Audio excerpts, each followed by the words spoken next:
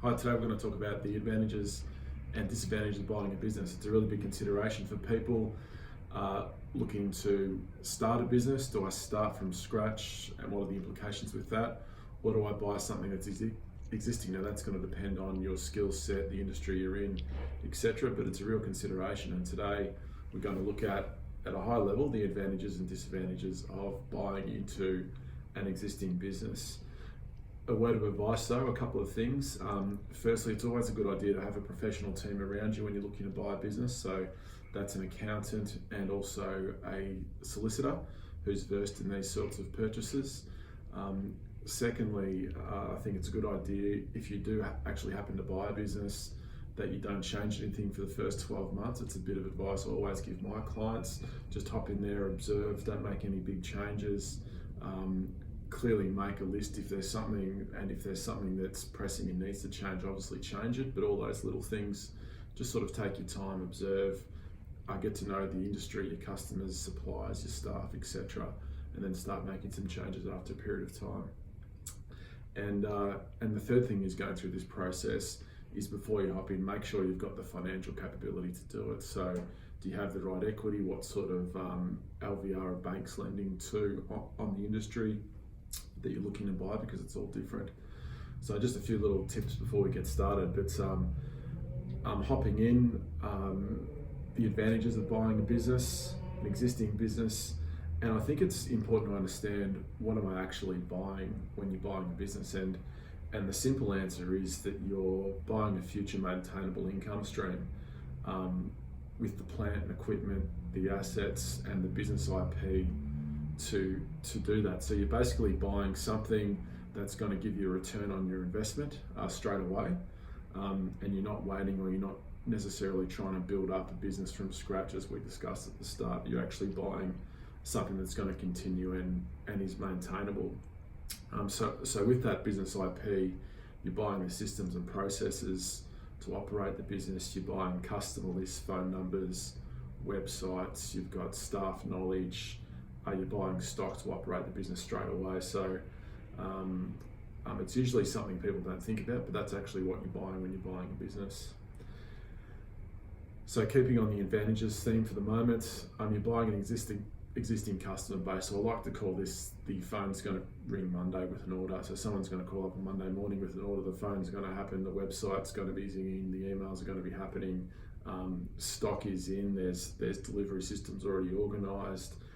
Your staff know what to do when an order comes in, your customers or your clients know how to place an order, they've been doing it longer than you have. So you're sort of coming in and everything's happening around you effectively, and that's one of the benefits of buying an existing business and having an existing customer base.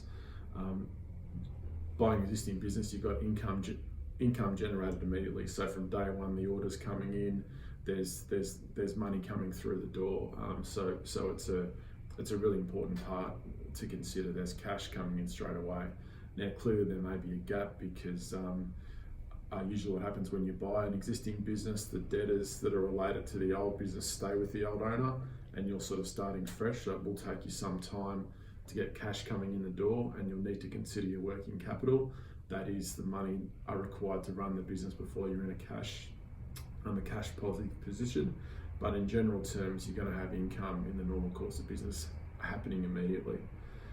You've got existing suppliers, staff and equipment. So with existing suppliers, you've got perhaps contracts, you've got supply agreements, you might have exclusivity to a particular product or a particular area, and it's a really big advantage. The suppliers know you, they know the industry, they can be a really good source of knowledge for you and for the business. So it's important, suppliers, existing suppliers are really important, and further, the suppliers have a history with your business. So if you're starting up from scratch, it's unlikely a supplier is going to grant you credit because there's no history. Buying into a business, you've got the suppliers who know the business, and they're more likely to grant you credit. Your staff, once again, like suppliers, they're going to be a wealth of information for you and for the business. They know how things operate. They might have ideas about what can be improved or what can be fixed. Key staff are very, very important to the business, and should be a really good source of knowledge and a big consideration for you when you buy. Who are your key staff? What do they do? What are their skills? What's their role, etc. And the equipment and assets that you buy are one of the big advantages of buying a business. You know, depending on the type of business you're getting into, it might be software that you're purchasing or computer systems that are all up and running. It might be machinery for a manufacturing plant or a manufacturing business. But all this equipment has been tried and tested. It's been used before, it's fit for purpose, it works, or it should work, and it just goes into the mix of being able to operate the business. Your products or services, depending on what you're doing or selling, they're tried and tested, they're market ready, they've been road tested. You know the cost, you know the margin, you know the price point works. You have purchase history, you know, a customer history, purchase history, so you should be able to take a lot of confidence in this. Where setting up a new business, you won't necessarily know that information.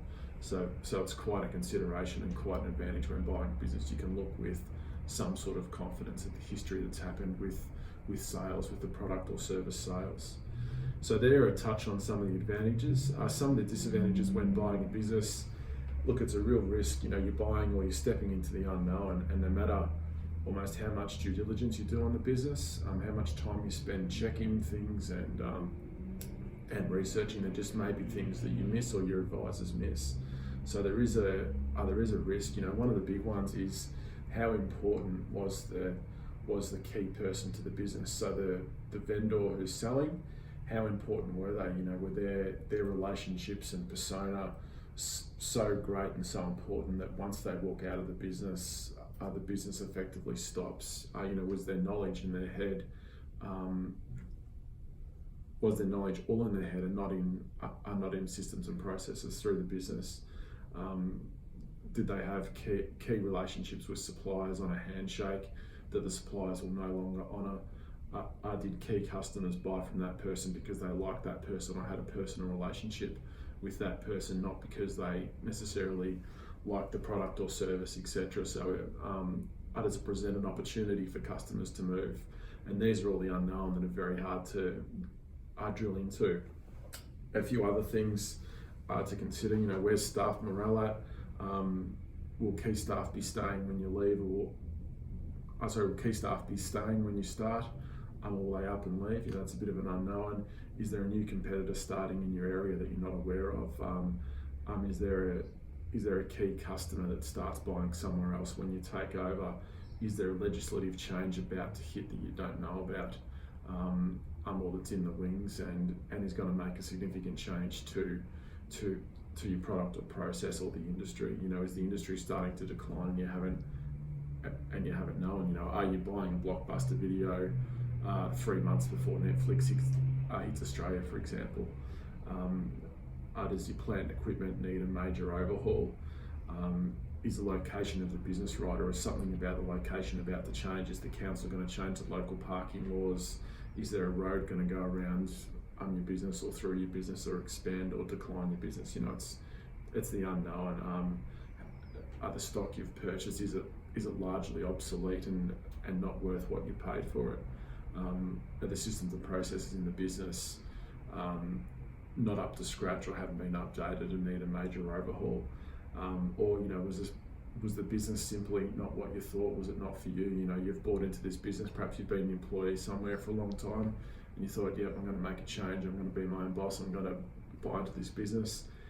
And is it just not for you? You didn't realise how much went on behind the scenes, and the hours are not what you thought. The skills you have aren't what are required. You don't enjoy it, etc. So these are a few considerations.